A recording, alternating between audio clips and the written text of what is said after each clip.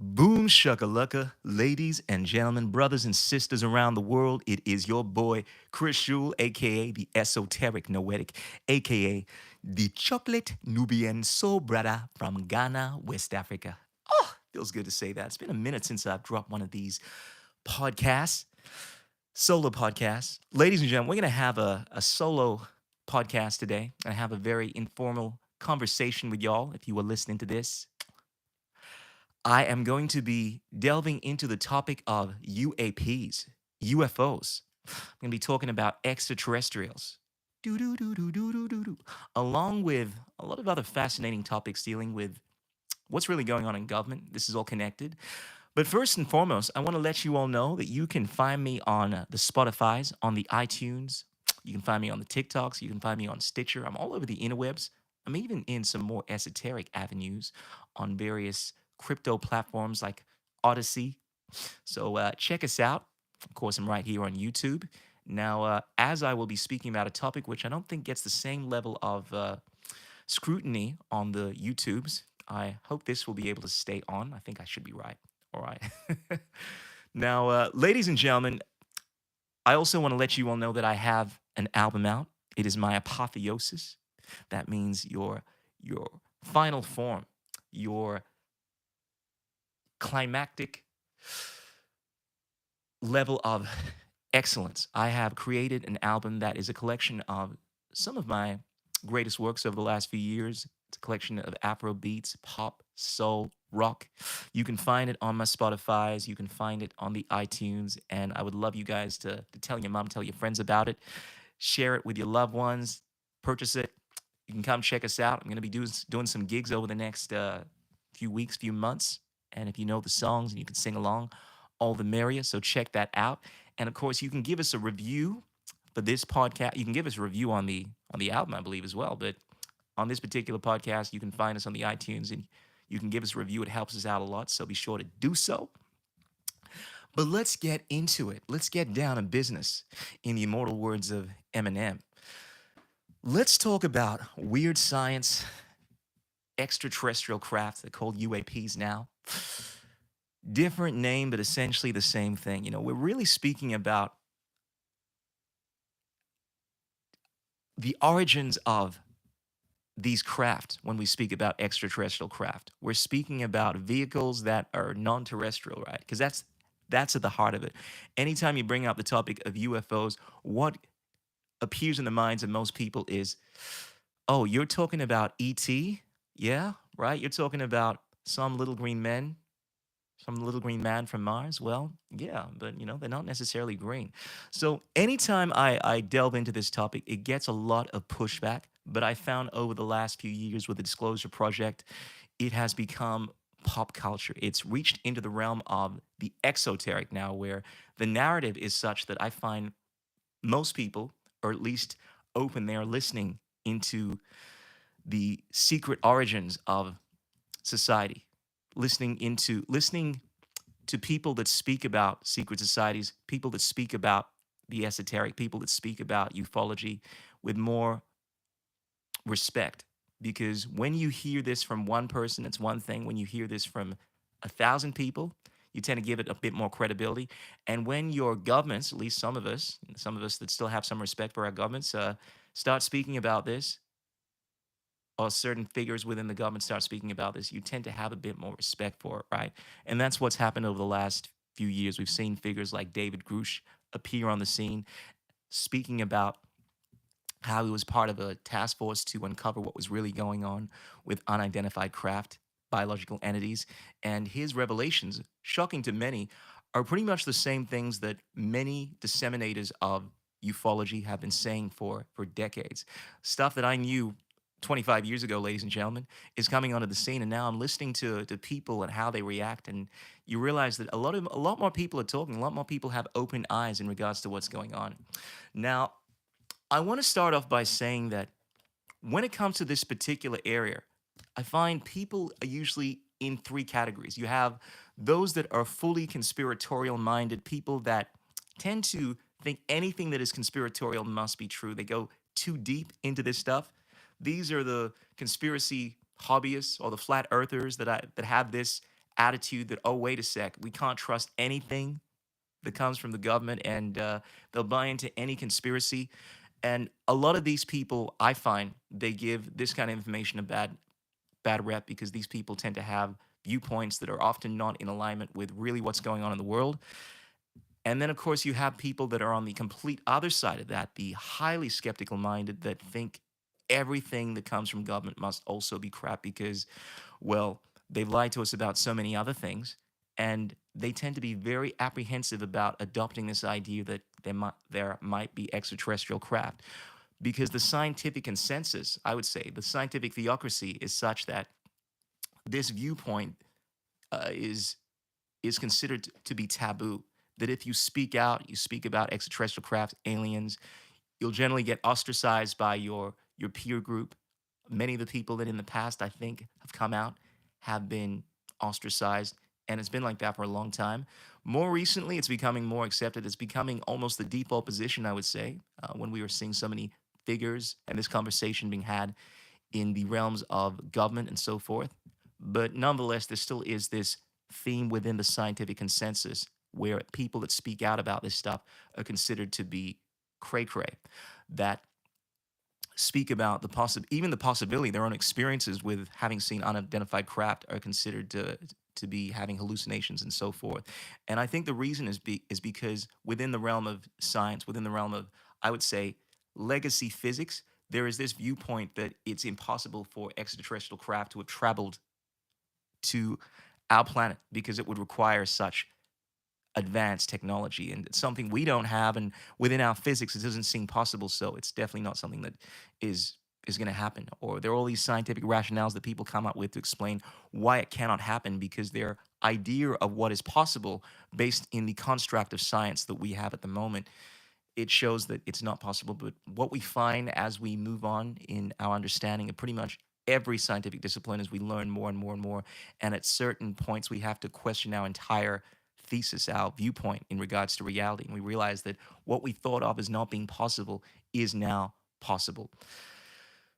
So we have a lot of skeptically minded people that look at this information. I find they're very averse to buying into any of it. And then, of course, you have the conspiracy realists. There are people like myself that have looked at this information, have an understanding in regards to the many, many different accounts, are open towards many, many different realms, and not religiously tied to any ideology, whether it is of a religion in the classical sense or an ideology like scientism, where the current perspective cannot be overridden. So, regardless of what you see, if it doesn't align with the ideas that you have in mind in regards to what is possible, well, you just don't accept that to be the truth. This religious attitude that a lot of people have towards science, where they only look at the physical, at this Euclidean meat space reality, and disavow anything that doesn't meet that. When the reality is real science, real rational thinking, using your consciousness, using your mind, should encompass all things, whether you are able to observe them within this Euclidean meat space or whether you cannot. Ultimately, if it is real, if there is evidence to support it, it is real. So I've taken a long rant just to talk about just the kinds of people I find that delve into this topic and the standpoints that they have. And I wanna go into this podcast with a quote before I start speaking about the history of UAPs, UFOs. I wanted to quote something I came across that I find is a great segue into what I'm going to talk about. This is a quote by Air Chief Marshal Lord Dowdy, commanding officer of the RAF during World War II. Quote, more than 10,000 sightings have been reported, the majority of which cannot be accounted for by any scientific explanation, e.g., that they are hallucinations, the effects of light refraction, meteors, wheels falling from airplanes, and the like. They have been tracked on radar screens, and the observed speeds have been as great as 9,000 miles per hour. I am convinced that these objects do not exist and they are not manufactured by any nation on Earth. I can therefore see no alternative to accepting the theory that they come from an extraterrestrial source. So, this was around World War II when a lot of these sightings started popping off, which we're going to get into. But bearing in mind, this is a phenomenon that has been going on for a long time. most people, I think, when you bring up the topic of UFOs, they they think this relates to, at least from an evidentiary standpoint, stories about certain civilizations having encounters with extraterrestrial beings. Most people are familiar with the stories of the Anunnaki or the records and so forth, and pretty much every civilization has references to this. But what I want to focus on right now in this podcast, I'm going to speak about this for about an hour, is the modern phenomenon. What has been going on, at least for the last, I'd say, around 100 years, popped up around the 1940s. Bearing in mind, there are there are sightings that were taking place in the 19th century, 18th century. I mean, you can trace this back as far as you want to go, but specifically around the 1940s when this started popping up, there has been certain events that have taken place that are so mind blowing, at least to me and anyone that has researched this, and really create a picture that I think is very, very clear in regards to what has been going on in the realm of ufology, UAPs. And the reason I want to speak about it is because this is an area that I find people rarely speak about when they speak about this topic. There are many figures that speak about the topic of extraterrestrials, UAPs, UFOs, and so forth in the mainstream. A lot of people that I look up to that are more knowledgeable than I am in regards to the ancient accounts and so forth, like Billy Carson. I really respect him.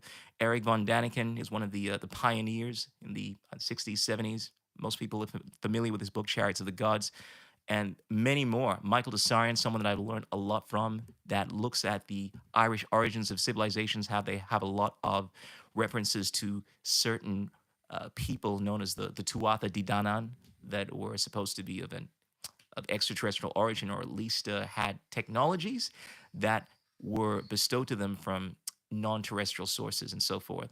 But I find there are a few people, now it's becoming a lot more common, but there are a few people that speak about this stuff from the modern perspective in terms of what has been happening over the last 100 years, because it is so hidden.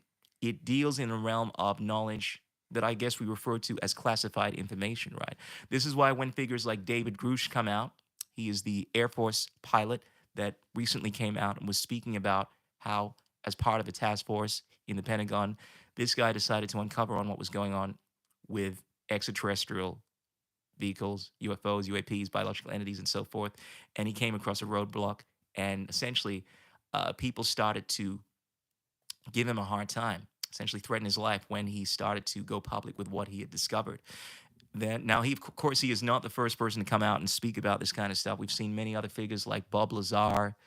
We've seen Phil Snyder. We've seen too many figures to mention. The mainstream figures, I would say, over the last few decades, though, that I think get a lot of coverage are, of course, Bob Lazar with his story working at the site around Roswell, Los Alamos, and so forth, and essentially work reverse engineering craft. And then, of course, there's Phil Snyder, who actually uh, had worked on on an underground base in S4, was essentially deemed with the task of building these bases. Now, we know these bases exist, S4, S2, Dulce, and so forth, but a lot of people don't know what goes on there. Now, of course, the official story is that these are sites for testing aircraft and so forth, but many of the people that have come out of these institutions tell a very different story. And more importantly, the people that come out of this world are people that have their lives put on the line, because often you have to sign non-disclosures. Often you are threatened with your life if you speak about things that are of a top secret nature. So when figures like David Grusch come out and speak about this kind of stuff, it's always with an air of, well, I can say this, but I can't say that, because sometimes they've gotten permission to speak about certain things and so forth, and then other times they are speaking about things that they shouldn't speak about if they want to continue living. So there's always an air of mystique, and the full picture never really gets presented on a mainstream level. And those that do present the full picture don't stay around too long. And as a result, I find that most people, at least within the mainstream, don't really have an understanding of what has transpired over the last 20, 30, 40, 50, 60, 70 years in regards to the massive cover up that has been underway with the topic of UAPs, UFOs, and so forth. And I wanted to delve into this because this is a topic that I find to be lacking amongst my peers. amongst people in the space of the truth movement. And for someone like myself that has delved into this deeply, I find that I am one of the few people that speaks about this topic, at least in any kind of public capacity, and has an entirety in regards to speaking about the more recent history of what is going on. And most of the figures within this space don't. Most of the figures that are within this space that don't hang around too long. They obviously come from a very different background, different world of top secret and so forth. I'm obviously not held to any of these uh these secret oaths and so forth. So obviously I can speak my mind and illuminate the world with my esoteric knowledge and whatnot. So I'm going to delve into this topic. I'm also going to just tell you that a lot of this information is going to sound like weird science and and crazy magic, but this is information that I've gathered from years and years of research, and I've had the fortune to actually gain access to knowledge relating to top secret documents, well, classified information. I mean, I wouldn't use the word top secret. Probably that's probably a little embellished, but I'm just speaking about the kind of information which later I became aware of was just not privy to the masses. Fortunately, I was able to get a hold of thousands of documents in my youth dealing with many of the encounters people had had, or the military had had specifically with extraterrestrial life, UAPs and so forth. And that was through a friend of my dad. My dad was very much into this kind of information. He was a lieutenant commander in the military and always had an interest in this kind of information. And he made friends with people that were also inclined that way. And as a result, just through acquaintances of the family, I was fortunate enough to meet someone that got access to some very interesting and pertinent information relating to the many interactions the US government, governments around the world have had with these extraterrestrials. And like most things, when you delve into a topic a little, you gain a bit of knowledge. It seems like science fiction, but when you delve into it a lot and you go through enough documents, you go through enough accounts, and you cross reference this information, a picture appears where it makes a lot of sense in regards to what is going on that becomes undeniable. And I find that when most people speak about this topic, they've watched something like Ancient Aliens, and as a result, they have theories. And bearing in mind, I think the Ancient Aliens theory, there is actually a lot of good historical evidence in regards to that. But when we're dealing with the modern realm, this is the kind of stuff that is very verifiable. There are people that are on every level of the military industrial complex, every area of government, researchers, journalists that have dealt with this subject matter and have arrived with unbelievably similar accounts of what is going on. And when you look at that combined with my own experience having seen a UFO, I don't think it's a big deal to say that. I think there's so many accounts. A lot of the times people often overlook this stuff. It becomes undeniable to me. And I find that it's such an important topic because people know we're 18 minutes into this and I haven't really delved into any substance, but I wanted to kind of lay the foundation for this podcast. And one of the reasons I feel so compelled to share this, besides the fact that very few people speak about this openly in the modern realm of things, many of the figures within the current space speak about the modern phenomenon of UFOs over the last 60, 70 years. People tend to have this mentality where this is just either a taboo topic that doesn't have much relevance in regards to what goes on. This is another conspiracy that is not of any real importance. But the reality is that there is no greater question in regards to what is going on. The impacts of this question, are we alone in the universe and so forth, is the government covering up this information, has I cannot stress the significance of this in terms of how we move forward as a society, how it affects our religious systems, how it affects our technology, how it affects so much of not just the idealistic stance that we have in the world, but so much of tangible things, the openness of us uh, to to have dealings with extraterrestrial societies and so forth. Imagine a society where we freely were able to commune with different extraterrestrial races and so forth. And even just the awareness of this. I mean, obviously it's a massive positive impact in regards to the technological advancement of society if we are in contact. But also it comes with a lot of serious risks. What if they're not friendly? What if we are dealing with a situation where we're a more technologically advanced society has the ability to wipe us out.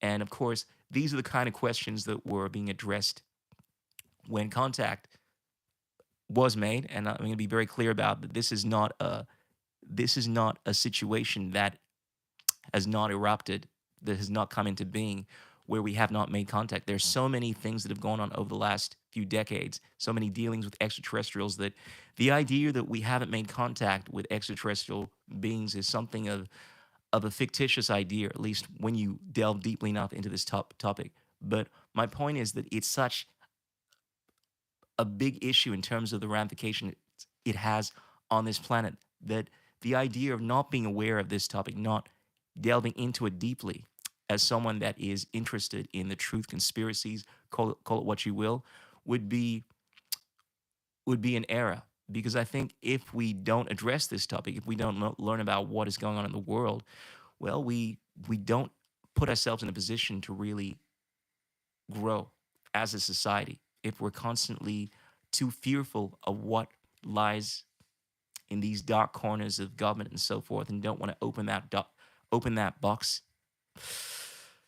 It's it's something that I think can have severe ramifications if we live in ignorance. A lot of times it seems like the right thing to do just to avoid all of these difficult topics and so forth. I know a lot of my peers are very apprehensive about talking about this kind of topic. They're dealing with things that are far more pressing to them, but when you really delve deep into this topic, you'll find that it presses on so many of the issues that are affecting the world that I think it is worthwhile delving into. So that's like a 20-minute introduction just in regards to this topic. And I want to get into the nuts and bolts of this. I wanted to start off by addressing some of the biggest arguments I hear against the whole UFO phenomenon. And within that, also go into some of the things that have been going on over the last 100 years or so. So, one of the things I often hear from people in regards to this particular subject matter is that even though certain people within the government have come out and they are openly discussing what is going on in the UFO agenda, people like David Grusch, people like Bob Lazar, who's someone that is was reported to have reverse engineered many of this craft, and there have been so many other figures and so forth. Now, granted, we are seeing this big push now through the Disclosure Project. There's many high-ranking officials within various areas of technology, government, and so forth that are coming out and speaking about this subject matter. A lot of people are very apprehensive, and they make the argument, well, you can't trust the government, man. You can't trust the government. I mean, look at what the other things they lied about. They make this argument that ultimately anything that comes from these ranks is unworthy. And bearing in mind that we're dealing with an entity here that is not always on the same page. There are many figures within this entity that are actually trying to speak up and get the truth out there.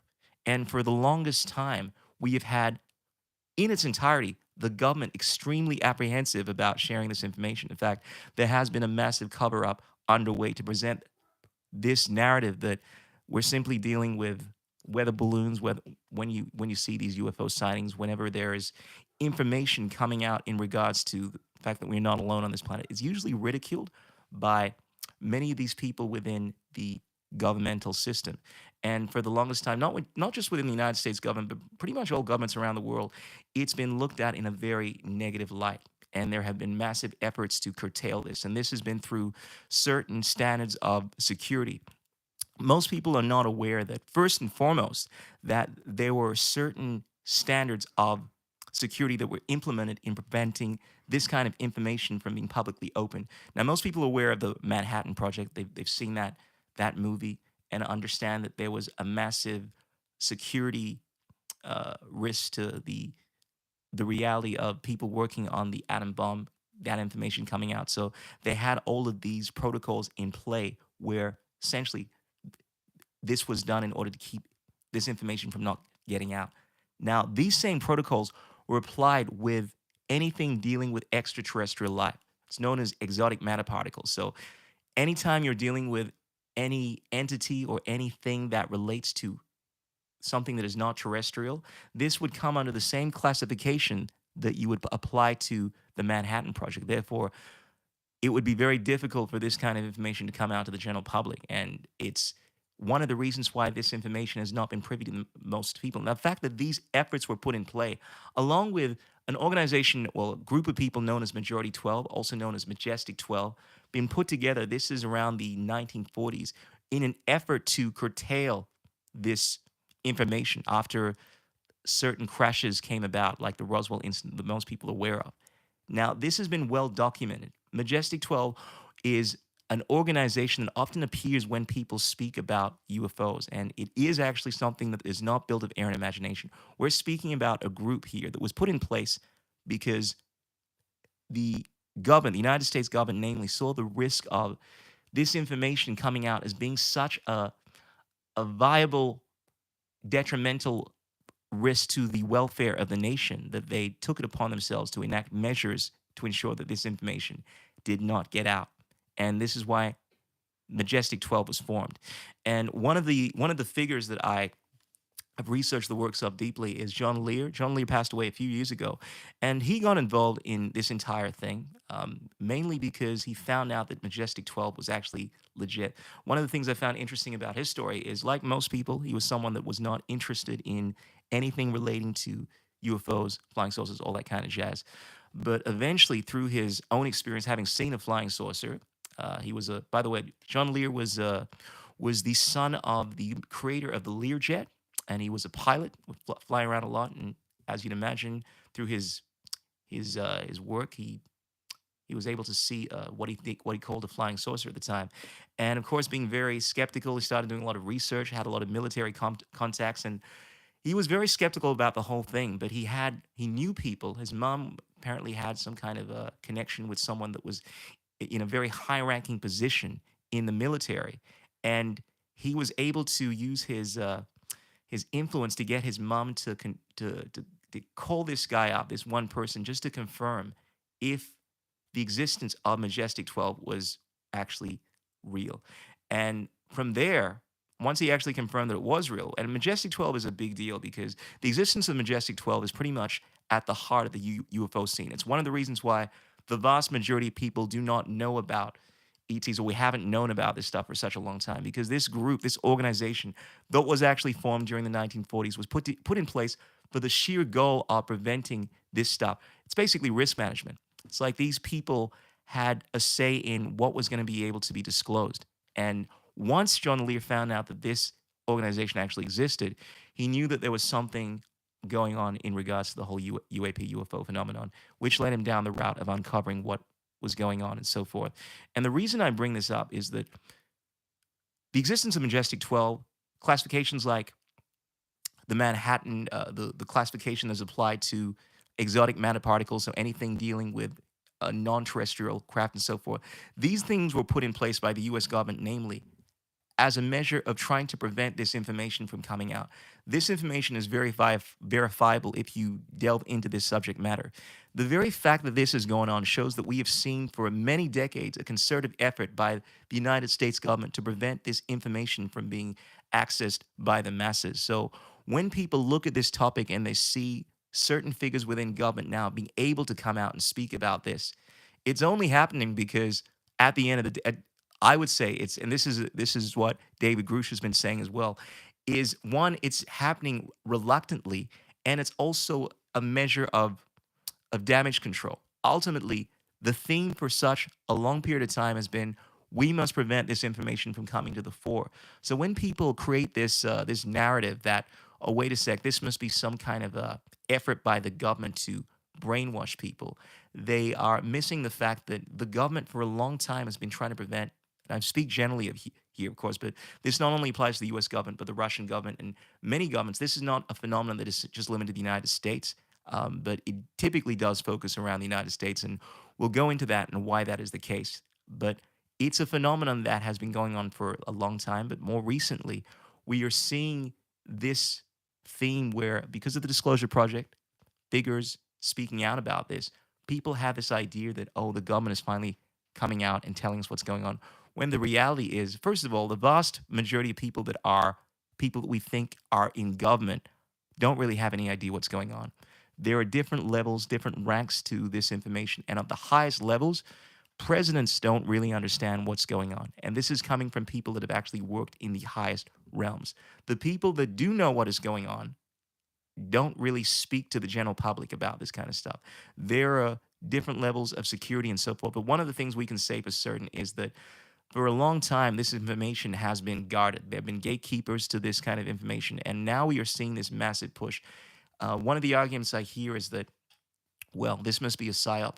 This is happening because the government only deems it appropriate for this information to come to the scene as a way of controlling uh, this narrative and trying to get people to believe in UFOs when they don't actually exist. They're trying to use this as a way of pulling the wool over people's eyes. At least this is more or less the theme that I hear from some people. Now, of course, there are government psyops, and of course, there are certain psyops that the government has been said to want to implement. A lot of people make reference to the fake alien invasion, which is actually in reference to something known as a Project Bluebeam, which I'm not going to go too much into, but that is actually a real thing. But that's based not on the idea that UFOs, aliens don't exist, but based on the idea of using technology to try to get the general public to believe in UFOs so that the people can come together as one and in an effort to actually fight against them, and then to use that to create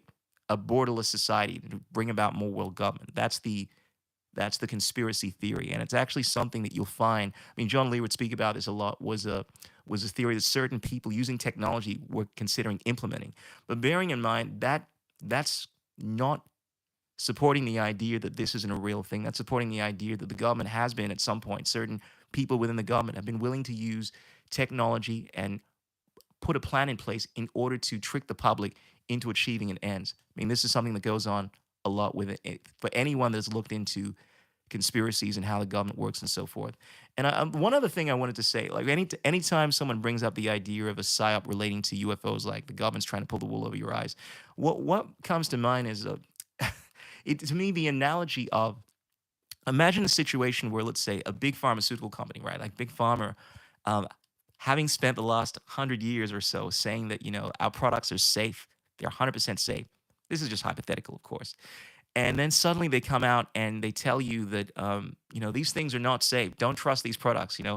And some people are making the argument that this is a pharmaceutical conspiracy, that they're actually safe, that these pharmaceutical companies are lying to you and their drugs are safe. And even though they're telling you now that it's bad for you, you got to trust that you can't trust this big pharma when they spent the last 100 years or so, or at least 50 or so years, making this argument that their drugs are safe. Of course, this is all in the realm of hypothetical, but this is what I came to the oh, it's a psyop argument in regards to the ufology scene, because for most of history, anyone that's been paying attention, you realize that most of the governments, pretty much all of them, have been supporting this notion that it's just little green men from Mars, weather balloons, this stuff is not real. And there are all these levels of classification that have been implemented in order to prevent the truth from coming to the fore. And the reason as to why this has been done, as I alluded to earlier, is damage control, because the theme of this information getting out is far too detrimental to the general fabric of society. Is something that has played on throughout this agenda, and this is why so many efforts have been taken in order to prevent this from coming to the fore. Anyway, the other thing that I hear often in regards to the alien UFO agenda is that if it was true, we would know about it, right? That somehow, when it comes to what goes on in government, what goes on in the esoteric realms, even though this stuff is hidden, that because of the freedom of information, we should have access to all this knowledge. And I remind people about one, the fact that we have national security, that the government can essentially do anything it wants effectively if it believes that a risk is grave enough. They can obviously restrict your information, but what's worse is they can force you to do crazy things like even getting you to take magic potions and so forth. I mean, the idea, I mean, this is just how it works objectively. The idea that governments, organizations can't restrict information because they will it is just ridiculous, and it happens in every area of government, in every area of business, and it's something that we've seen throughout the last few decades. I mean, obviously, we've seen more recently Edward Snowden speak about how the government, or Echelon, I think it was, these clandestine organizations were monitoring the communications of pretty much all their citizens. I mean, we know this goes on now, and this was not even that long ago, definitely in my lifetime, considered to be a conspiracy theory. But people still present this notion that, oh no, everything is public, everything is knowledge. You know, we can trust our governmental officials when it comes to knowledge. Well, we can't when it comes to a lot of knowledge. And fortunately, some people have actually come out of these ranks and told us what's going on. And it's one thing when one person does this, but when enough people are doing it, you kind of have to give it a little bit more credibility. And that's the theme that I've seen in regards to this particular subject matter. In regards to the evidence, this is another thing I want to talk about. When it comes to evidence relating to the UFO scene, it's something that I find so fascinating in regards to human psychology because ultimately, regardless of what evidence there is shown, I mean, we're now at a point where there's been plenty of video footage. There is, I mean, I always make reference to an interview that took place on, I think it was S4, or this is supposed to be 15 miles from the Roswell site. And just so people are aware, basically, most people make reference to the Roswell site, Area 50, 54, uh, when they're making reference to the UFO agenda. But there are many other sites like S4, it's even a bigger base. There's S2, there's Dulce. And one of these bases was said to have filmed a UFO known as EB1 at the time. And now, granted, this video evidence, I mean, this came out during the either the late 90s or 2000, and this is still very shocking footage. It's been examined many times. I've shown the video on my channel, but nonetheless, a lot of people still have this idea that it's fake, and it made me realize that regardless of what evidence comes to the fore, and this is if you look at this video footage, you have a look at the movements of this extraterrestrial being known as EV1, also referred to as Thor. It to me seems very obvious that this is not something that has been recreated through CGI, that this is actually real life footage. And everything that I've seen in regards to the way that this thing was moving around is very consistent with the reports of how these beings move and so forth. But at the end of the day, people will not believe something if they are not ready to believe it.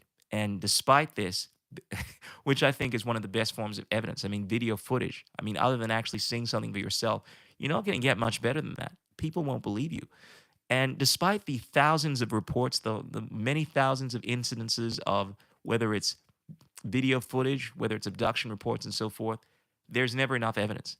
It's one of these topics where even people that have come out, spoken about their experiences that have everything to lose, have ended up being suicided, are still considered to be people that cannot be trusted. So when it comes to the realm of evidence on this particular topic, there's never going to be enough evidence to convince anyone if they're not ready to believe this phenomenon. And I think it comes about because people are so opposed to the idea of something that confronts their worldview.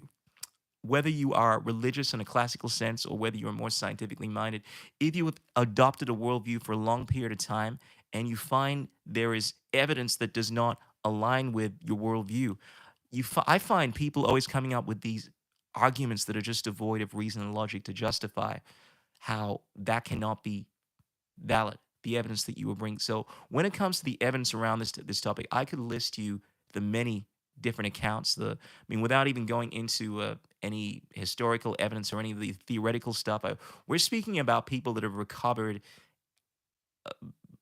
biological entities here, have recovered technology. I mean, so much of the technology that has been recovered, I mean, people have actually bared witness to.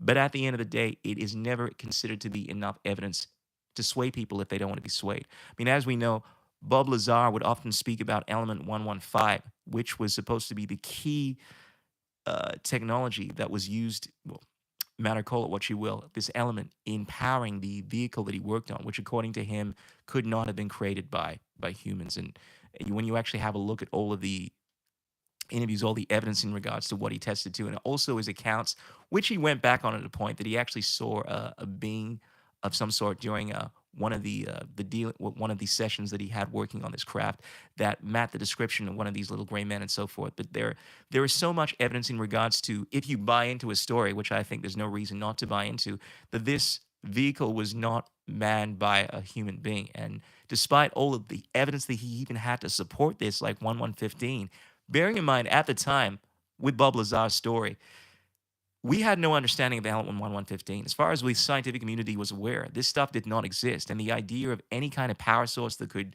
fuel a device like that was built of air and imagination. But his story has not changed for the last 20, 30 years. And then, as you know it, element 115 magically appears on the periodic table. And of course, people come up with all these theories as to how, well, you can't really trust it. It's only sustained within the smallest amount of time. And look, it doesn't necessarily mean that it'd be able to power this flying saucer. And it's incredible. I mean, to me, that's one of the biggest pieces of evidence in regards to Bob Lazar's story. The fact that he had this element, bearing in mind, this has also been verified by George Knapp, that happened to actually witness this element with Bob Lazar. Or was it John Lear? I think it was John Lear, not George Knapp. But anyway, my point is, regardless of what evidence people bring to the fore, people won't accept it. Phil Snyder's another one. Phil Snyder was someone that was speaking about his involvement working in these bases, building underground bases for a long period of time, and he ended up being killed, even though he would speak at every event, speaking about how what he was doing was very, very risky. He may end up dead, and if he ends up being killed, mark his words, he would never take his life. That he believed in what he was doing. And as you'd imagine, this guy ended up being, well, reported to have suicided, and he would often in his presentations, he would bring a tremendous amount of evidence to support his claims in terms of elements that were not on the periodic table. Of course, I can't attest to this. I wasn't there at the time, but I've watched many of the video footage, and it's just one of these things that ultimately, when you have a look at the tremendous amount of evidence, I think it's overwhelming. But we live in an age now where it is impossible, I think, if you don't want, I mean, it's always been like this, but if you don't want to believe something, you don't have to. And it's so easy not to now, because with the advent of AI, with the advent of essentially being able to recreate anything through uh, in video, the the benchmark for something to be verifiable is becoming higher and higher and higher. It's so easy to recreate something that if people don't want to believe something, they won't.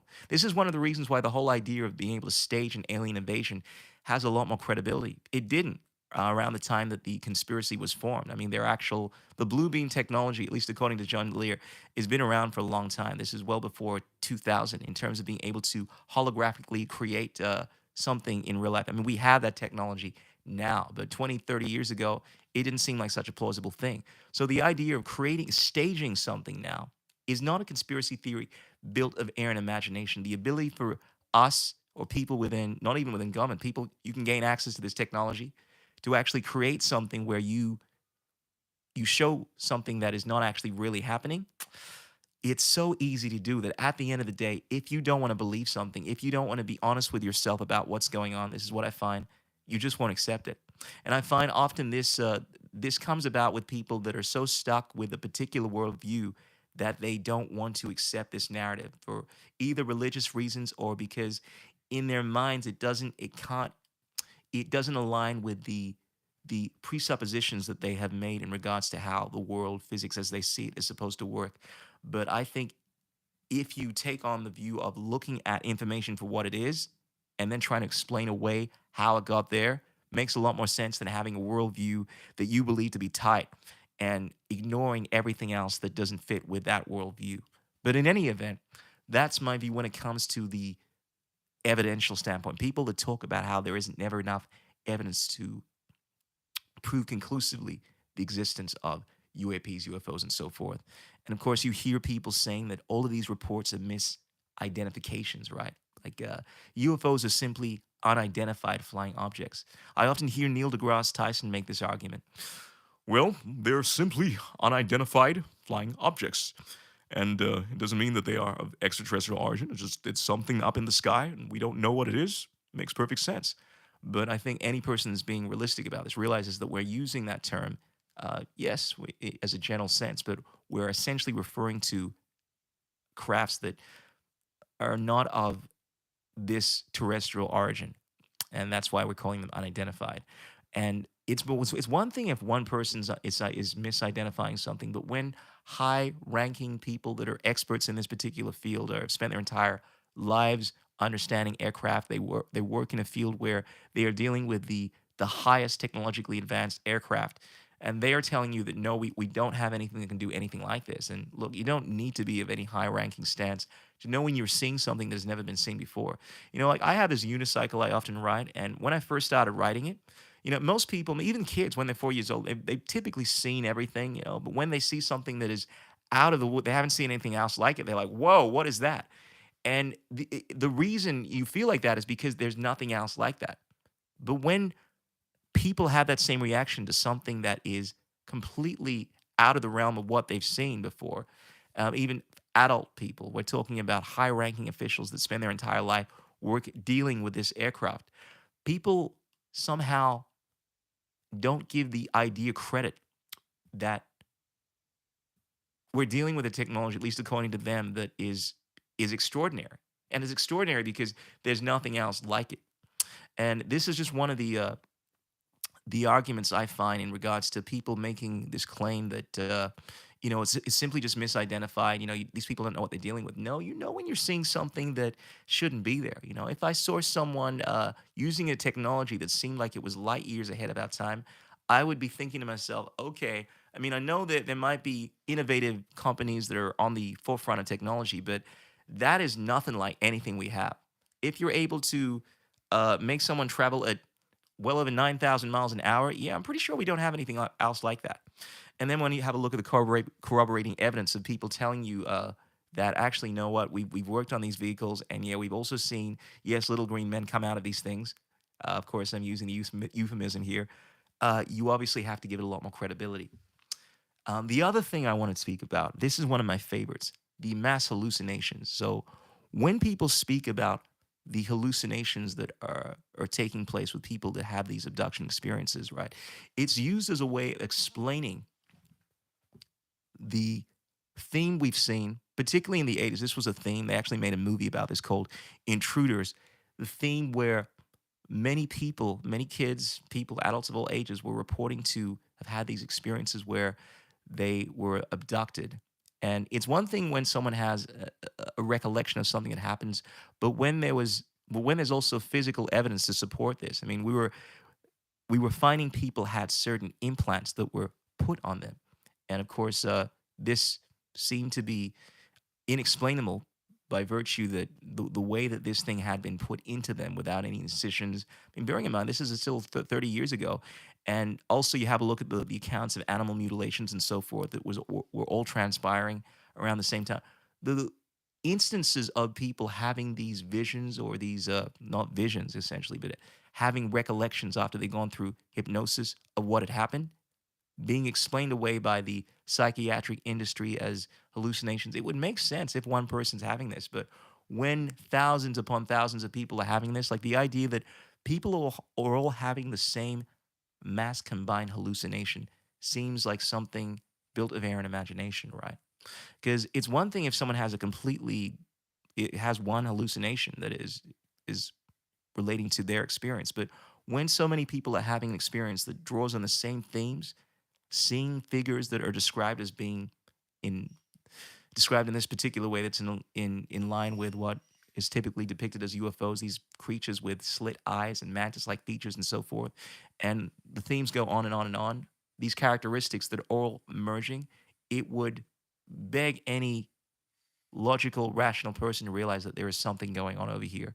But I find the theme of explaining this, I mean, either we are all having, or many people are having this mass hallucination is a thing. So people are combining some kind of mass hallucination, and it's some kind of collective experience we have where when there's something wrong with us, we see UFOs, or the reality is these people are being abducted. And if you actually have a look at the phenomenon, and I'm going to get into this in a moment. I just wanted to explain some of the common arguments I hear against this. I'm going to explain why, at least in the modern history, the events that have led to many of these things taking place. I'm going to get into that. But the idea that this stuff is just a massive hallucination, it just does not make sense to any rational thinking person.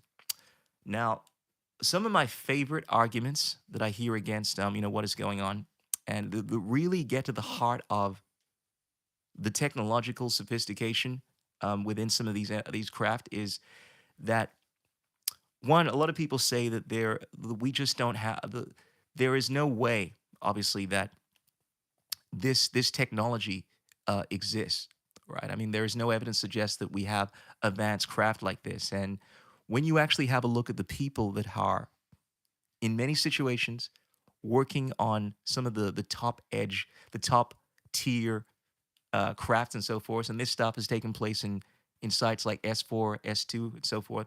Many of them have claimed to have gotten this technology from their dealings with governments that have reverse engineered craft, or they've actually been figures that have been in military working on the reverse engineering of this alien craft, and through their work they have discovered technologies that has actually been implemented on much of the technology that we have in present day. So a classic example is the F-117 stealth.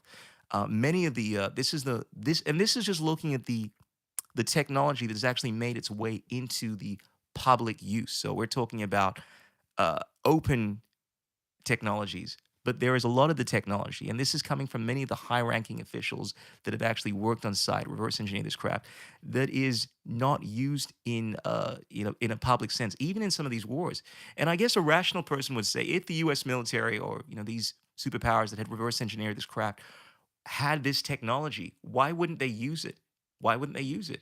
Because there's such a high level of cover when it comes to preventing this information from coming to the scene, that much of this military technology actually needs to undergo clearance before it's used. And this is coming from many of these figures that have actually worked on it. Like, I'm actually going to, rather than just speaking in generalities, I'm going to quote the works of Colonel Philip, and there are many of them. There's another guy, but Colonel Philip is actually said, I quote you, to have worked on many of these craft. He's quoted as saying, "Let there be no doubt, alien technology." Let's find the quote here. Okay.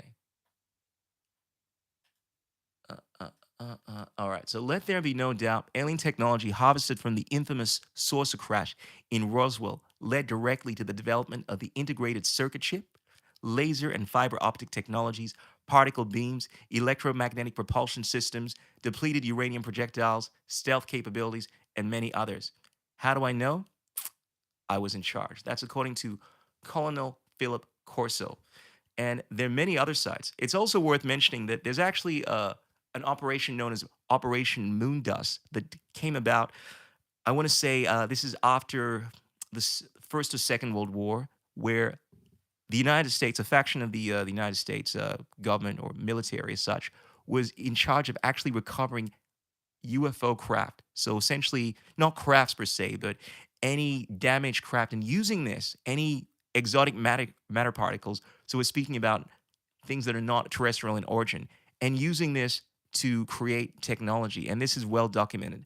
Operation Moondust. So there are many operations, clandestine operations that have been in place in regards to UFO recovery and so forth.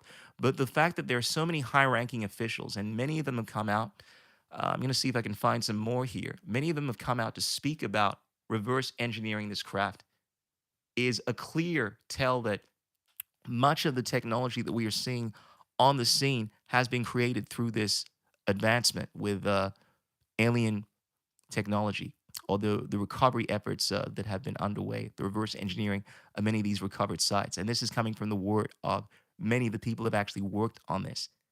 But at the end of the day, we don't really know what's going on until many of these people actually come out and speak about it, because all we can really do is just see this technology and think it's some kind of like leap in human innovation, this is what makes it more difficult for people to believe that this is happening, because the progressions that we are seeing at the moment seem like they're in line with the typical evolution of technology.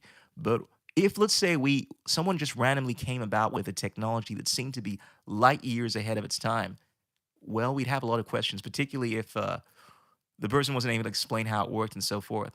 And it would be my hypothesis. I mean, I think this is just common sense, that the reason much of this technology is phased out slowly is because if the U.S. government was to, I mean, one, I think it's there are more reasons to, but I would say the great reason is that if, let's say, the U.S. government was in charge of something that was clearly not of human innovation and just released it, there would be too many questions. Imagine if we released a new fighter jet that could reach Mach 2000 and could behave in a way that was beyond any conventional science.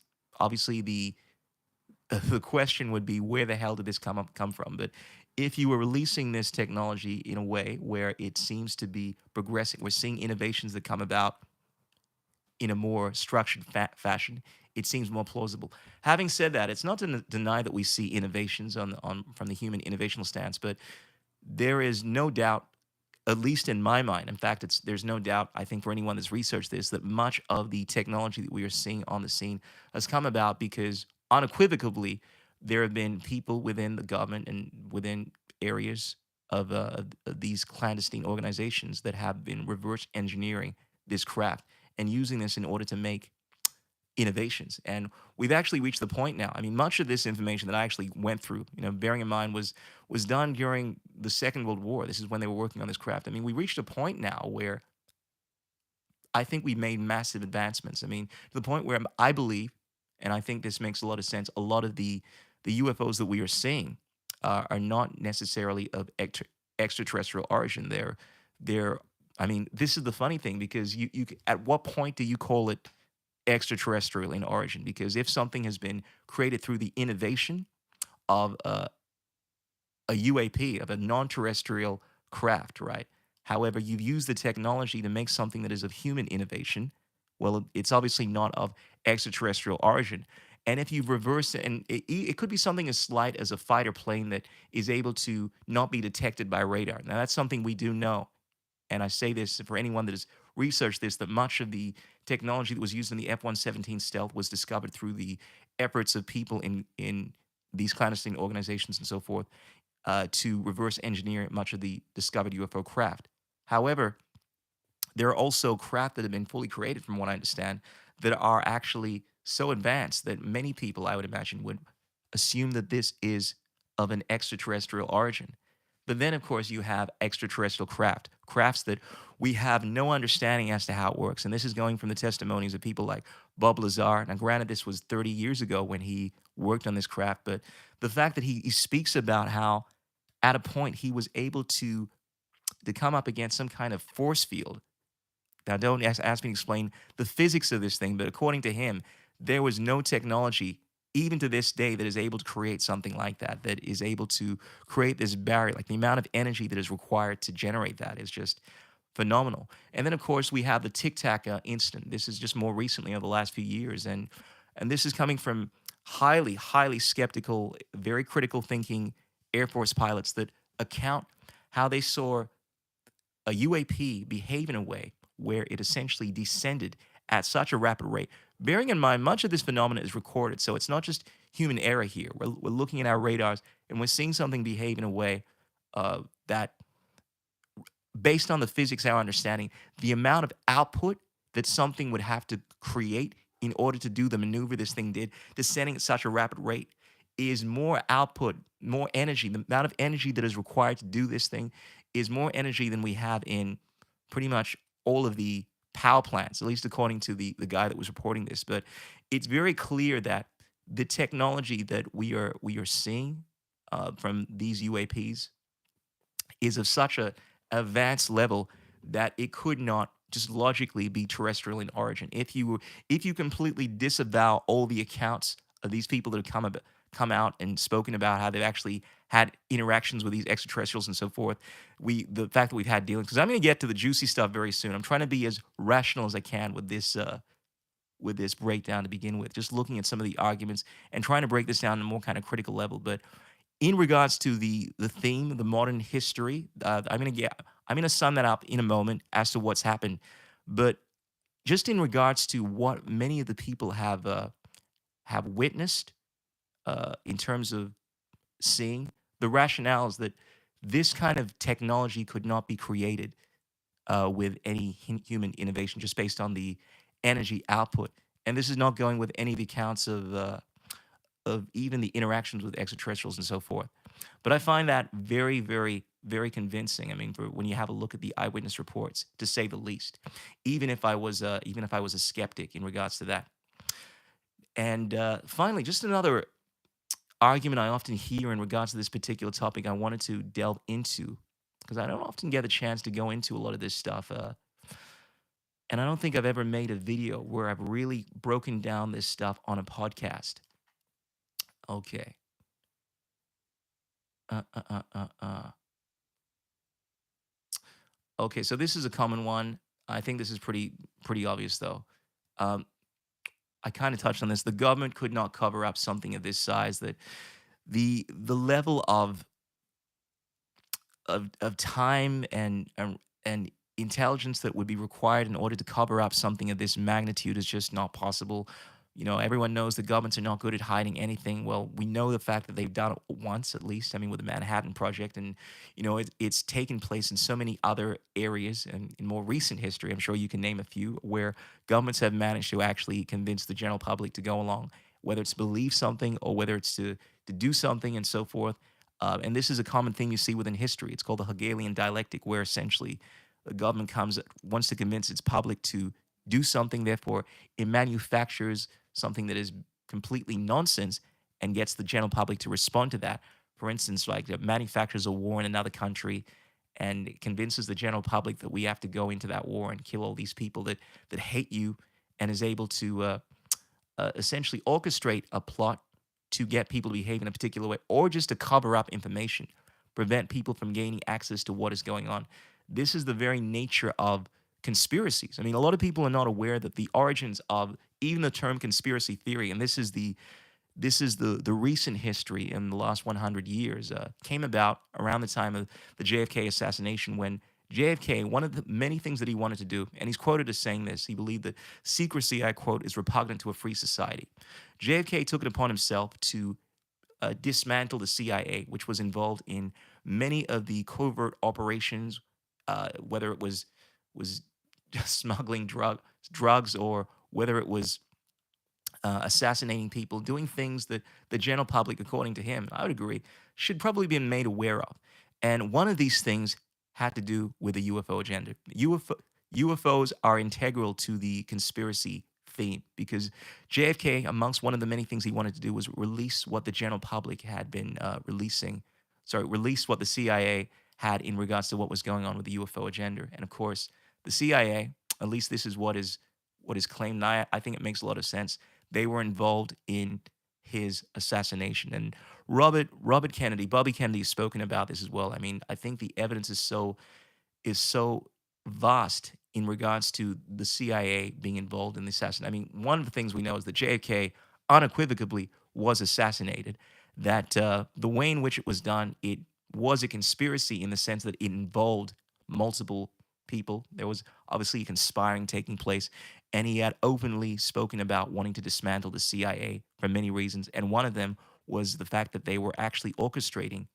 I mean, essentially, when you go deep enough, they were essentially trying to prevent the general public from gaining access to what was going on. Now, in regards to the the theme of conspiracy theory, what's interesting is the CIA was actually involved in the coining of this phrase as a way of disavowing the reality that, well, they were probably involved in the assassination of JFK, and also that people that believed in things like little green men from different planets, they were crazy.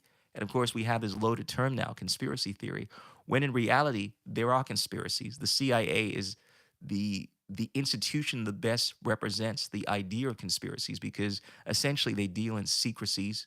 This is what they do.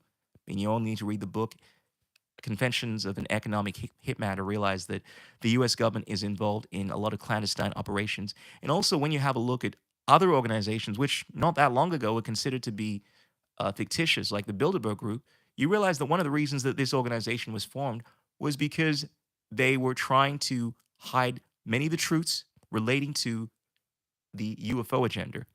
And there are many goals that they have had. And, Klaus Schwab has openly been made the face of the Bilderberg Group. I mean, he was actually one of the head figures of this group at a point. But one of the goals that they have had is for globalism, to essentially bring about a one world system of governance. And this might be a podcast for another time, but this is all part of an agenda that that smells of well, total totalitarianism, control, and efforts in order to bring about more secrecy and to bring about very nefarious ends. But when we think about conspiracies, we often forget that at the heart of this is a theme where we see certain organizations like the CIA. And this is not even the highest level. There are less well known organizations like Echelon, which we now know of now because of Edward Snowden, but also Majestic 12, which is connected to the UFO agenda, and various other operations that have the goal of essentially collecting information relating to the unidentified craft and so forth, or collecting material, exotic matter, and essentially trying to prevent this information from coming to the fore. So, finally, the other thing I wanted to address here is the thing I often hear from people in regards to how people would never go to the efforts of speaking about. I'm sorry, rather, one of the reasons people speak about what's going on. Many of these high-ranking officials and so forth that have everything to lose, that have ended up dead. Often people like David Grusch that has openly said he doesn't want to speak about this kind of stuff, that his life has been put on the line and so forth. One of the reasons people say that they come out and speak about this is because ultimately they want fame and they have economic incentives. Now, I'm going to be real with you. Someone like myself, I do want fame. I definitely want to be known for serenading senoritas, but this subject matter is not the kind of matter that you talk about in terms of trying to win adoration from people. Most people, whether it's the ladies or many of the fellas, when I find when you have this conversation, people it tends to it tends to be very polarizing, and it's not something that is able to be monetized in the same way. Like if you're monetizing your sexy body, that's easy enough to do. If you're monetizing saying the kind of stuff that people want to hear, like a politician, that's easy enough to do. But if you're trying to drop truth bombs, if you're trying to speak about very taboo topics like what certain companies do, giving you magic potions and so forth, or speak about things that challenge people's reality, that's definitely the kind of thing that is not going to win you a lot of fame, win you a lot of money. So you find, if anything, the people that most often speak about this kind of stuff are ostracized more more frequently than not. I would say maybe up till more recently, that was the theme, not only within the uh, the scientific community, but within the public space. I mean, people look at this kind of stuff, and because it is very much contradictory to the standards of what we deem of as being acceptable, most people tend to have an aversion to hearing this subject matter. So when people speak about how people are simply just looking to get money from speaking about this, even though they're running the risk of losing their lives, it seems completely antithetical to reality. All right, so I've been going on for over an hour now speaking about just some of the topics that people relate to the whole UFO agenda and some of the arguments people have. But I wanted to give a basic breakdown of what has transpired over the last 80, 90 years. Now, most people, when you speak about the UFO agenda, they think of Roswell, right? Most people speak about Roswell, Area 51, Dulce. We talk. Most people just hear this theme of little green men and their minds pop off, right? They think about the Roswell crash, right? And the official story is that. In fact, let's see what Google has to say about the official story, and let's break that down. Okay, and I'm gonna do my best to. Okay. Eh, eh, eh, eh, eh, All right, so Area 51 is a U.S. military base that has become synonymous with tales of UFO, government cover-ups, and potential testing of aliens, etc., etc. This is the default position you will hear about Area 51, all right?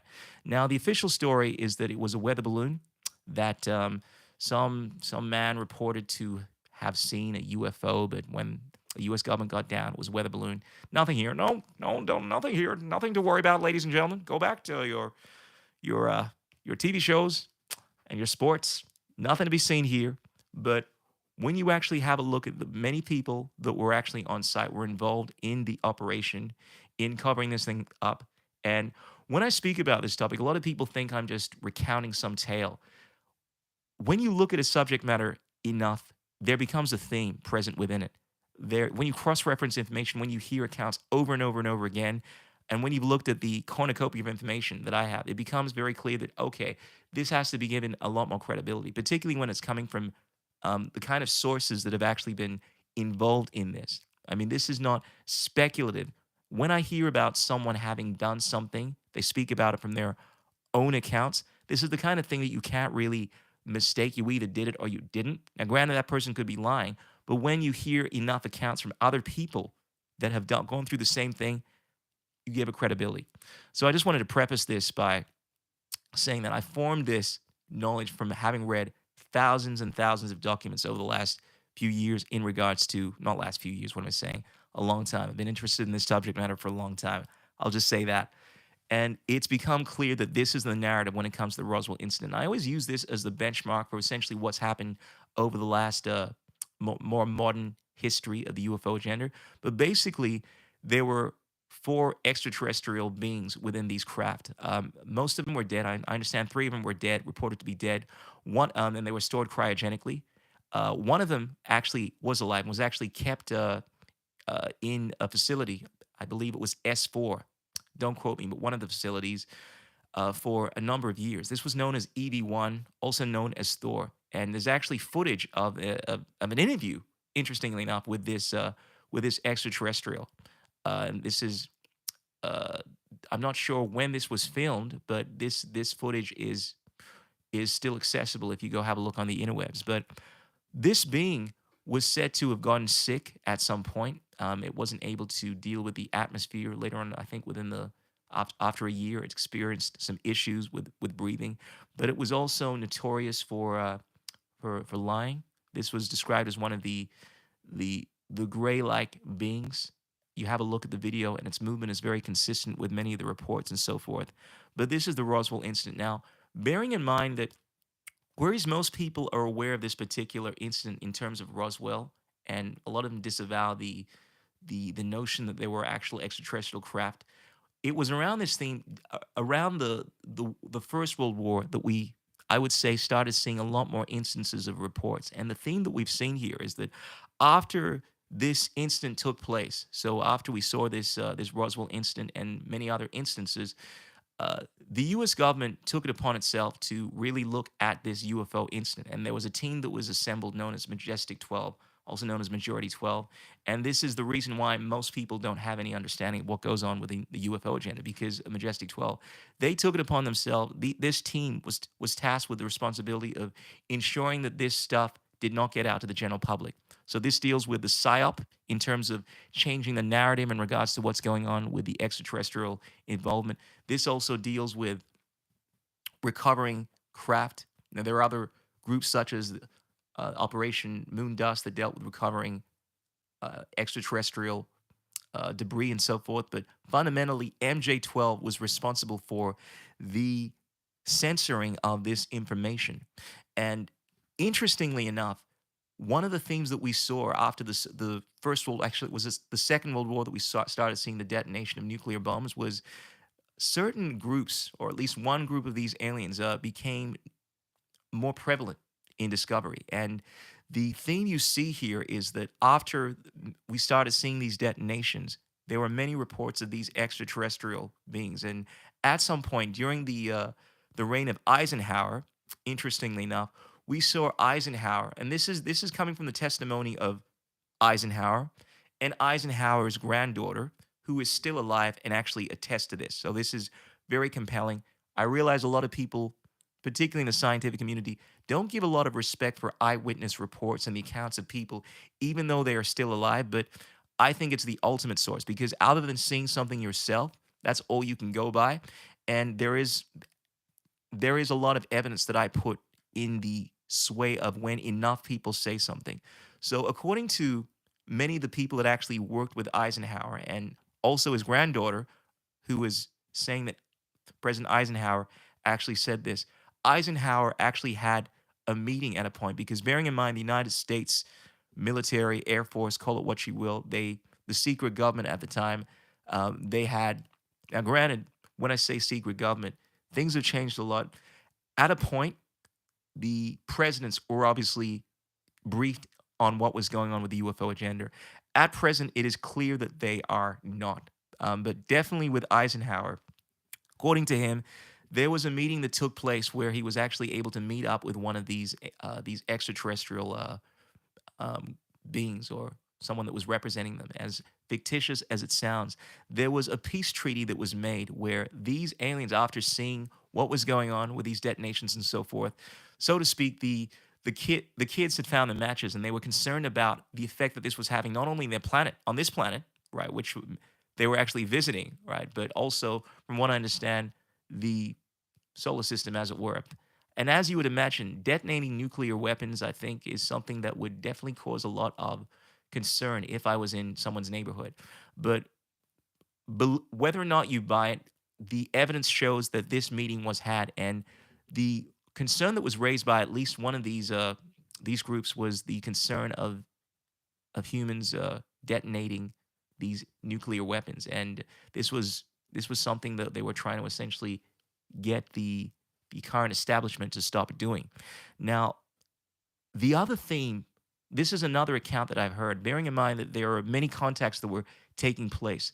The other theme I have seen in regards to this particular meeting was that there was a treaty that was actually made. Now, I have a feeling this is actually dealing with another alien race because whereas a lot of people kind of generalize and make it as if visitation is taking place by only one race here, we're dealing with many different entities, and there are many different accounts of encounters with not just little green or the grays, so to speak, but also accounts of other non-terrestrial beings. But whereas one of them, I would say, one of these groups was considered to be more beneficent. This was the group that was trying to essentially get the president or the administration to stop using these nuclear weapons. There was another group that was not so beneficent, and there was a treaty that was made, and this is known of in many of the records, where these aliens were essentially willing to come in and perform experiments on the populace. This explains the abduction phenomenon that we are so familiar with in the ufology scene. And the treaty essentially allowed the U.S. government, in exchange for technology, to for these extraterrestrial beings to abduct human beings, cattle, and so forth, perform experimentations on them. The understanding I have is that initially the treaty dealt with just animal mutilation, or allow them to essentially experiment on animals, but these aliens essentially broke the treaty and started experimenting on humans and so forth. And there were certain, obviously, concessions that were given within the treaty, like, and this is within the Eisenhower administration, that this alien race would only be permitted to perform certain abductions and so forth, and do certain things, but they later went on to perform a lot more. They were supposed to, at the time, give a record all the abduction accounts. But the fundamental theme we find here is that this treaty was violated significantly. And at the time, obviously, dealing with a far more technologically advanced society and so forth, there wasn't much that the United States government could do about it at the time. So they just went along with this thing. But this is the general theme that you find within when you have a look at the records pertaining to the ufology scene, that there was actually a treaty that was formed within the Eisenhower administration. And it actually explains a lot of the events that took place in regards to the abductions by at least one of these factions of aliens. Bearing in mind that around the time, so this is around the Second World War, during the detonation of this bomb and so forth, we also saw another group or another race of aliens that essentially were having meetings. This is not just with the United States government. A lot of people think this is only in relation to the United States. It is a worldwide phenomenon. The Russian government has also had many accounts and has had many dealings with extraterrestrials. In fact, because of the work of George Knapp, a researcher, a very well-known accredited researcher, who is, by the way, a deep skeptic when it comes to this kind of stuff, but was able to actually get access to many of the Russian military figures, and found, based on their data, that they actually went through the same issue that the United States was going through at a time where these UAPs, UFOs, extraterrestrial craft, were coming and disarming their nuclear weapons. And it was actually a big concern to them, to the United States government and the Russian government as well, that they actually took it upon themselves to try to figure out what was going on here. But this is a common theme. During these UFO sightings, you would see nuclear sites being disarmed. And this supports the theory. Bearing in mind, this was taking place after the detonation of nuclear weapons during the Second World War, that these beings had an interest in not allowing the planet to blow itself up. And this is one of the reasons why I feel a lot of people, on one hand, you find a lot of people when they speak about the ufology theme and they're aware of this fact, have this understanding that UFOs, extraterrestrials, must be beneficent because ultimately they're trying to prevent a war from taking place. But they lose sight of the fact that we're dealing with not just one faction, we're dealing with many different factions here, at least based on the reports.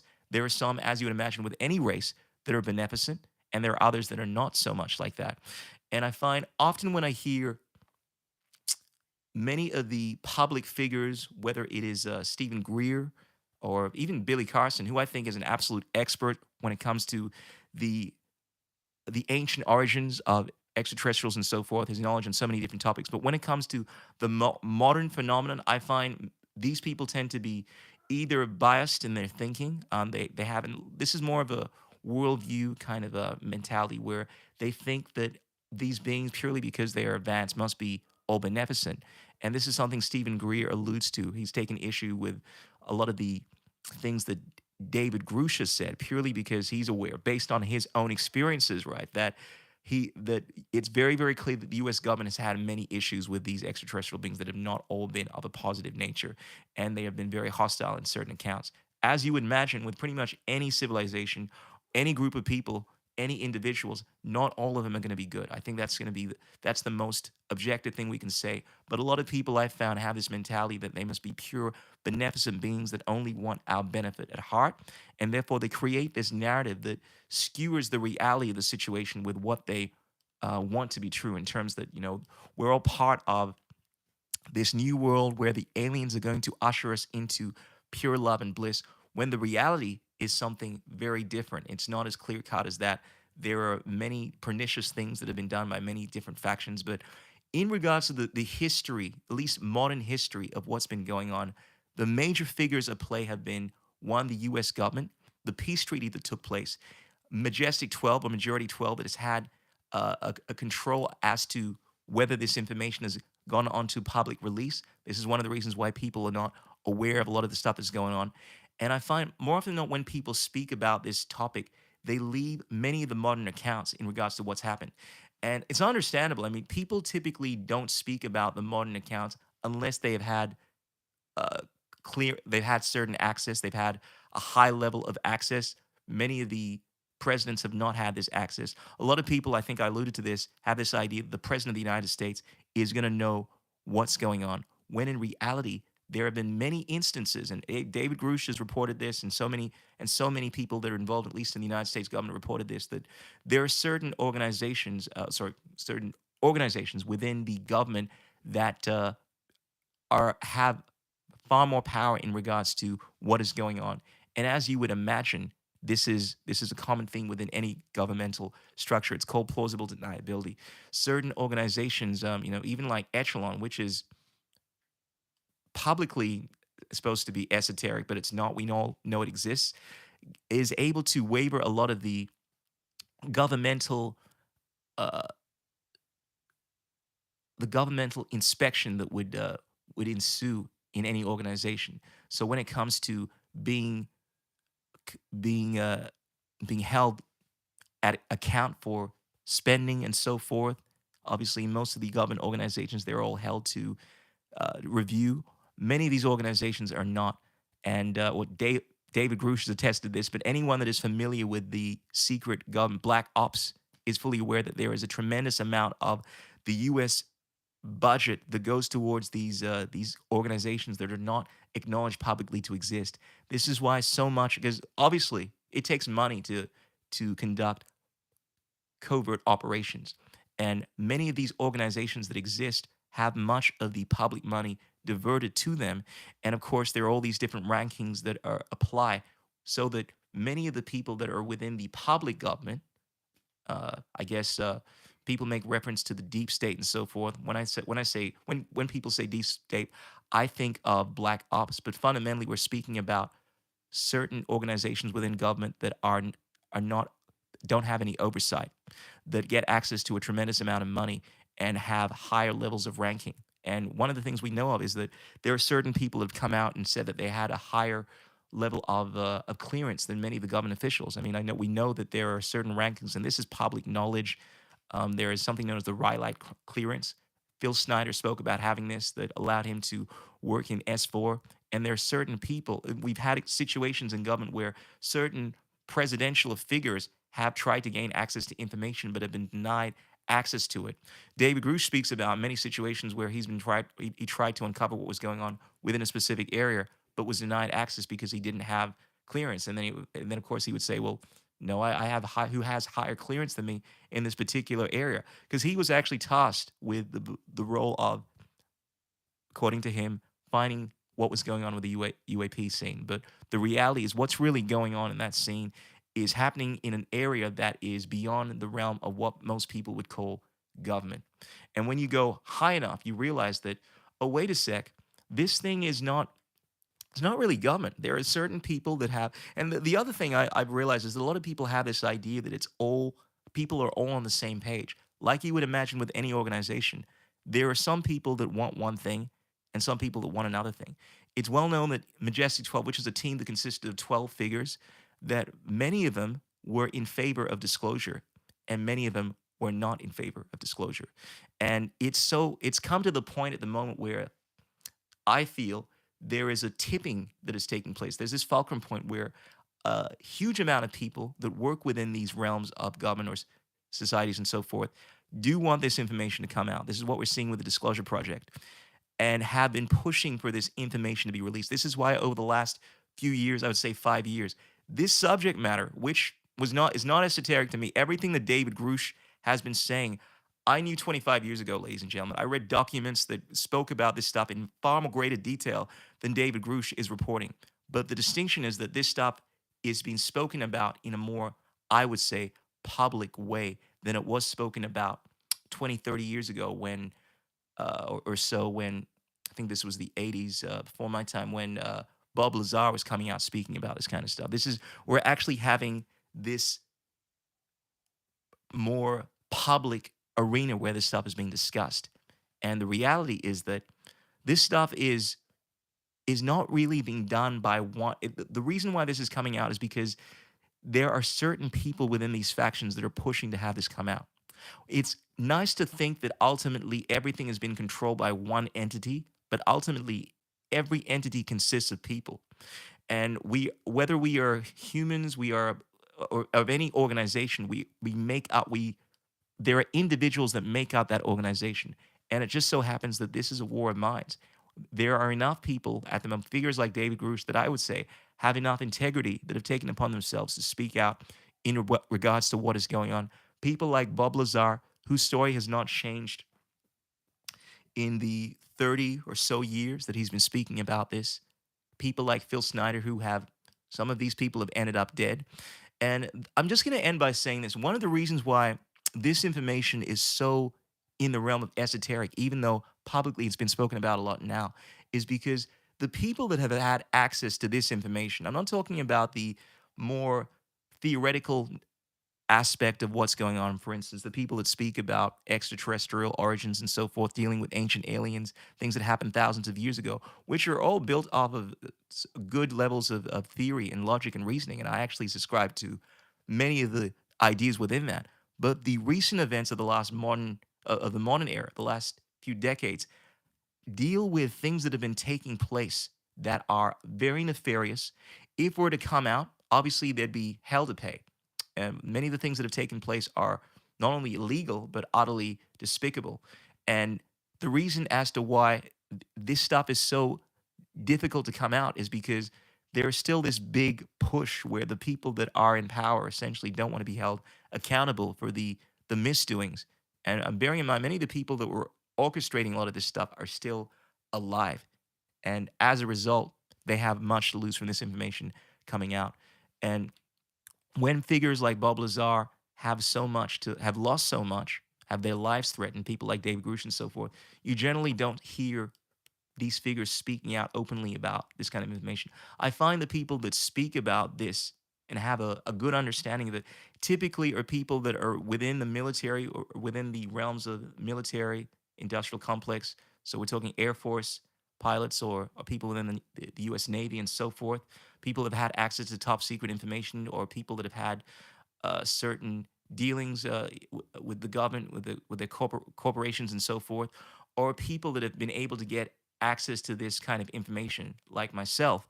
And as a result, whereas I find, as I've said time and time again, that there are many people that speak about the UFO agenda, there are very few I have found that speak about the modern scene with any great level of detail and accuracy, that are in any position of power or influence because of the repercussions. Obviously, I'm not held to that. I don't work for any kind of government organization as such. And I am someone that has taken upon myself to do the research. But I find it very disconcerting when we still are at a point where, even though we are seeing a lot of disclosure, there is a lot of this information that is not coming out to the fore. And as a result, being someone that is deeply into the esoteric origins of everything, I think it's incumbent upon me to speak about this particular agenda, because I still find that so many of the people in this field, many of my peers, don't have an understanding in regards to this issue. They think it's an area that deals with airy fairy pseudoscience when it could not be further from the truth. There is nothing that is pseudoscientific about the fact that one, and it's pretty much ubiquitously understood by anyone that is paying attention right now, that the United States government and many governments around the world have been in possession of crashed extraterrestrial craft. This has been said by David Grusch. Bob Lazar has alluded to this. Bill Snyder's spoken openly about this. Many other figures that are not so well known as well, like Stuart Sweetlow. He's someone that I respect immensely. Uh, and also, they have been in possession of biological entities. In regards to what is really, really going on, there are levels to this shit. Uh, there are certain things that I don't think are going to come to the access of the general public because they're considered too detrimental. One of the things that John Lear would always say, John Lear is a researcher. He had a lot of dealing connections with Bob Lazar. They were friends. Essentially, Bob Lazar came in contact with John Lear around the time he was working at Los Alamos at Area 51. And long story short, John Lear, after doing a lot of research, arrived at the understanding that the reason as to why this information would never. I'm going to finish up with this because this is something that is worth considering. Because this is something that was known as the Lear test, when John Lear would go and do interviews on the Coast to Coast show with who's the guy that does the Coast to Coast show? I forget his name, but in any event, he would often pose this question: if you could know exactly what was going on in the highest levels of government in regards to this UFO agenda, you finally found out, and they told you that you could know, but then they told you what it was, and John Lee would often explain to the general. At a point, he actually released what he believed to be the ultimate reality in regards to what was going on with the UFO agenda, as to why the United States government and so forth did not want this knowledge to be made public. He would often pose this question: would you want people to know, if you got all the access to this information, even though it risked your life and so forth? Would you choose to, or actually, he would phrase it like this: if they decided to come to you with this information, you were going to be the disseminator of this knowledge to the general public. The U.S. military, Majestic 12, all these high-ranking officials finally gave you access to the absolute, uh, unambiguated truth, and they told you that if you chose to release it, we'd respect that, we wouldn't kill you, and you felt secure enough to release it, would you? And after he would share what he believed was the truth, and I will say this: what John Lear was saying was the truth. I came across this information 25 years ago. I mean, in terms of the what he claims that the truth was and what the extraterrestrials were saying. And I might even go into it at some point, but not on this podcast. It's something that I became very well aware of, bearing in mind that this was all information that came out in classified documents in regards to the UFO agenda I got access to. But it's the kind of thing that it makes you understand why, if it came out, a lot of people would be concerned in regards to how it would affect society, how it would affect religious systems, how it would affect people's worldview, and so forth. And what I found deeply concerning, listening to John Lear at the time, was that he took on this attitude that if he knew it, he would choose not to share it with people. He would choose not to share the truth because he saw it as being so damaging. Because to be, and this is my opinion on the issue, I would see John Lear as being someone that, one, completely bought into the narrative that was put forth by well, at least what he believed to be the truth according to these aliens and so forth. And as a result, arrived at the fact that, well, this is something I just don't think people could handle. Now, one of the reasons I think so much of this information is kept censored is because people in power are worried that the general public are not going to be able to handle it. I, for one, I'm not worried about it.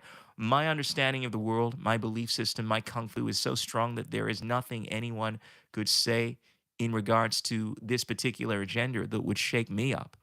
And you know what? I'm going to go into it in another podcast, but I've been going on for an hour and a half here as to what the theories in regards to what these some at least some of these extraterrestrials believed and so forth, this great truth that John Lee didn't want to describe. But it is also tied, at least according to John Lear, to the reason as to why this information was censored. But I think unequivocally, it came down to the fact that anything dealing with, I mean, this is something that we know definitively, that deals with information that is of a national security that may compromise the national security of a nation is the kind of information that is going to be censored, that is going to be kept under wraps. And this particular information, whether it deals with the existence of UFOs, crash site, I mean, just from a logical standpoint, when it's military secrets in regards to technology, it would make sense, particularly if you're reverse engineering this, that you don't want your adversaries to have access to this information. So when it comes to anything relating to the UFO agenda, it makes perfect sense that much of this information is covered up. And I don't think it's going to be anything that comes to the public knowledge unless, of course, enough people are ready to actually understand the truth because the truth is already out there.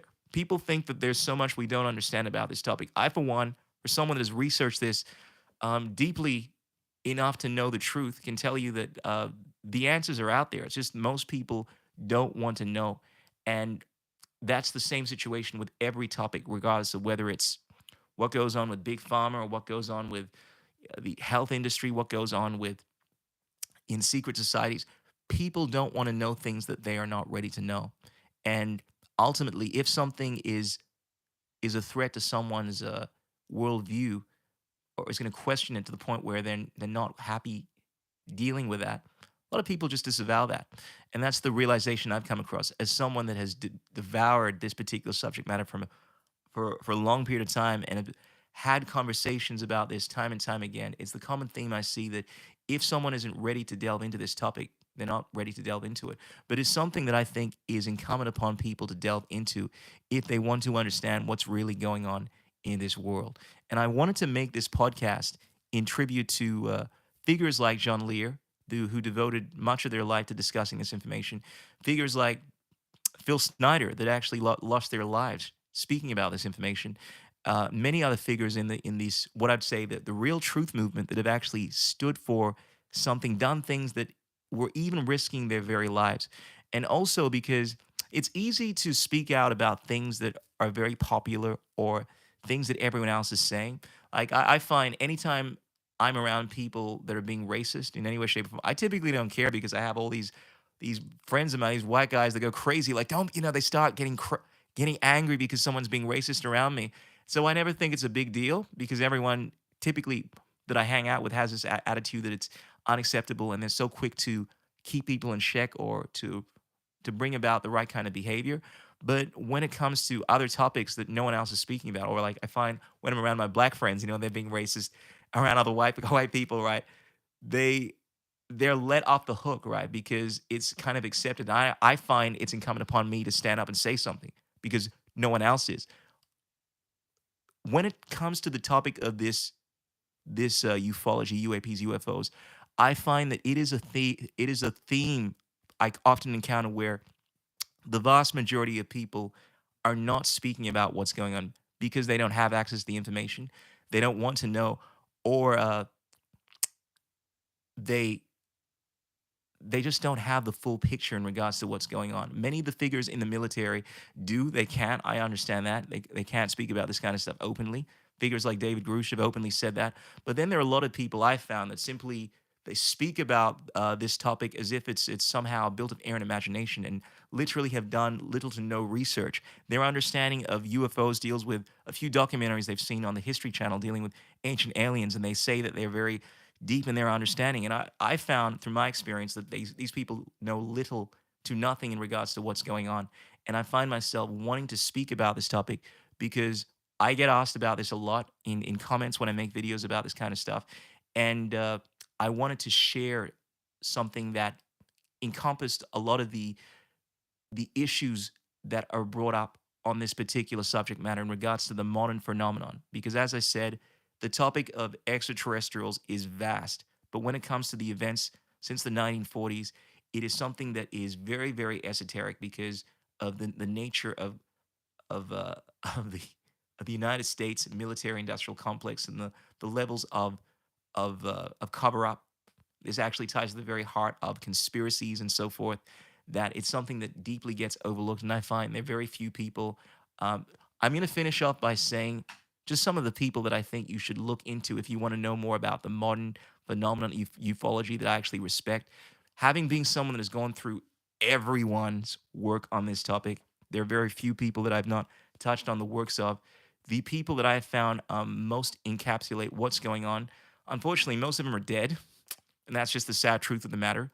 The people that have a pretty good understanding, I'm actually in agreement with everything they've said so far because it's consistent with everything I've researched. David Grusch, Bob Lazar, they're still alive. Bob Lazar is obviously very skeptical in some regards, but I think anyone that's following his work knows he knows what's going on. But is somewhat he's still what somewhat apprehensive of uh, of saying certain things. The people that I find are still very much well, obviously alive, but are speaking about the modern phenomena are Stuart Sweetlow. Highly recommend his work. He is someone that was essentially a patient, or not a patient, was a subject, was essentially performed, had experiments performed on him as part of something known as the Montauk Project, which goes deep into UFOs and a whole bunch of other experiments that were conducted by certain organizations. But he's someone that I highly recommend. I have a list here. Let's see if we can bring up a few more of these figures. Billy Carson is someone that I recommend deeply when it comes to the topic of history, ancient aliens, in regards to what's going on over the last few thousand years. But if I'm going to be completely transparent, when it comes to the subject matter of the modern history, I find him least. I don't find him speaking about this topic. He does. It's not something that he speaks about a lot in terms of the recent events in regards to the things that have transpired with Bob Lazar, Bill Snyder, that kind of stuff. He hasn't had any government dealings with anyone per se. He's researched this topic. I'm sure he's probably aware of it, but I haven't found anything of him speaking about this particular phenomenon from the last 50, 60 years. And he tends to subscribe to Stephen Greer's viewpoint that they're all beautiful beings, whereas Billy is very much aware of the nefarious things that certain extraterrestrials have done according to the ancient records and so forth. He's someone that I deeply respect in that account. When it comes to the more recent dealings, like he tends to stay away from that and has this cookie cutter ideal that they're here for our development, and I guess that's more a product of his worldview. But he is someone that is definitely worth checking out. He's been blowing up on the interwebs as of late with his recent interview on the Joe Rogan Experience, which was absolutely amazing. Been waiting for that one, and I think he recently did a podcast with Valuetainment, which I'm yet to check out. I'm going to check that one out now. Obviously, David Icke is probably the most well-known figure. He is the Grandmaster. Now, David Icke is someone that ties in the ancient accounts. He's very deeply researched in that particular area, but also many of the modern accounts. He's released many books speaking about the reptilian agenda, which of course I can go into in detail as well. But I simply wanted to focus on the militarial aspect of what has been going on, as in what has been transpiring on a more clandestine level with the UFO agenda, because it doesn't often get spoken about, but I recommend David Icke. I've been following his work since he pretty much popped off talking about this kind of stuff, which kind of shows I've been around, ladies and gentlemen, you know. But I've been following David Icke's work since he started talking about this kind of stuff, and I've seen him delve deep into this subject matter. I tend to I mean, there's certain topics that he goes into that encompass the extraterrestrial agenda and really get at the heart of what's going on. But I find when it comes to the more recent events of the last few decades, he doesn't go into it in the level of detail that someone like Bob Lazar or David Grusch has, having direct involvement. David Icke is pretty much a researcher, like myself, has actually studied many of the accounts, and obviously he has his own take on things. But I think as someone that connects the dots ridiculously well, he's definitely a great source. And of course, Alex Collier. I'd be remiss if I didn't mention him. Alex Collier is probably the best figure when it comes to not only having a deep understanding of the ancient accounts and so forth of what's transpired in terms of the ancient origins of the planet and so forth, with all the more theoretical aspects of the UFO scene, but also has a deep understanding of recent events, modern events, which is something that, as I've said, often gets overlooked. And also, he is he's just the most knowledgeable person in terms of his understanding of not just the recent, not just the old, but also his worldview. I find he has a very inspirational attitude. He has a worldview that very much aligns with mine in that he's very freedom oriented. I respect him immensely. I say he's one of the best figures when it comes to talking about this kind of stuff. His knowledge is more on the, whereas I think it's legit, it's more based on a combination of research, but also his accounts, I would say, would be more uh, put in the realm of channeled information. It's not as direct as, let's say, someone like Bob Lazar, whereas he speaks about having many encounters with extraterrestrials. Simply put, it sounds very far fetched to a lot of people because it seems as if, I mean, basically, Alex Collier claims to have been someone that was basically taken on board one of these extraterrestrials craft voluntarily and has had dealings with a race of people he refers to as the Andromedans. Now, take that for what you will, take it with a grain of salt. But one thing for certain is that his knowledge in regards to the recent and the ancient accounts is on point. And there's certain information that he disseminates that have led me to conclude that he is the real deal when it comes to his understanding of this stuff, regardless of how he got his information. But they would be the main sources that I would recommend. And then, of course, myself. You can check out my podcast. You can check out my research, which is pretty much just summarizing the work of many of these figures that's already out there. And ultimately, this is the kind of information that I think needs to get out there. So if you know someone that is interested in this subject matter, be sure to tell your mom, tell your friends about the podcast, share it, get it out there, and drop us some comments. Let us know what you think. But I've been on here for 107 minutes. It's a good number. So I'm going to leave it there. As I often say, ladies and gentlemen, there are three things that cannot remain hidden for long: the sun, the moon, and the wisdomatic truth bombs of yours truly, the chocolate Nubian soul brother. Until next time, kisses, hugs, and belly rubs. Peace in the Middle East. Peace be upon your butt cheeks. Surya Namaskar. Namaste. And let's get this out there, ladies and gentlemen. Let's get the disclosure out there. Peace.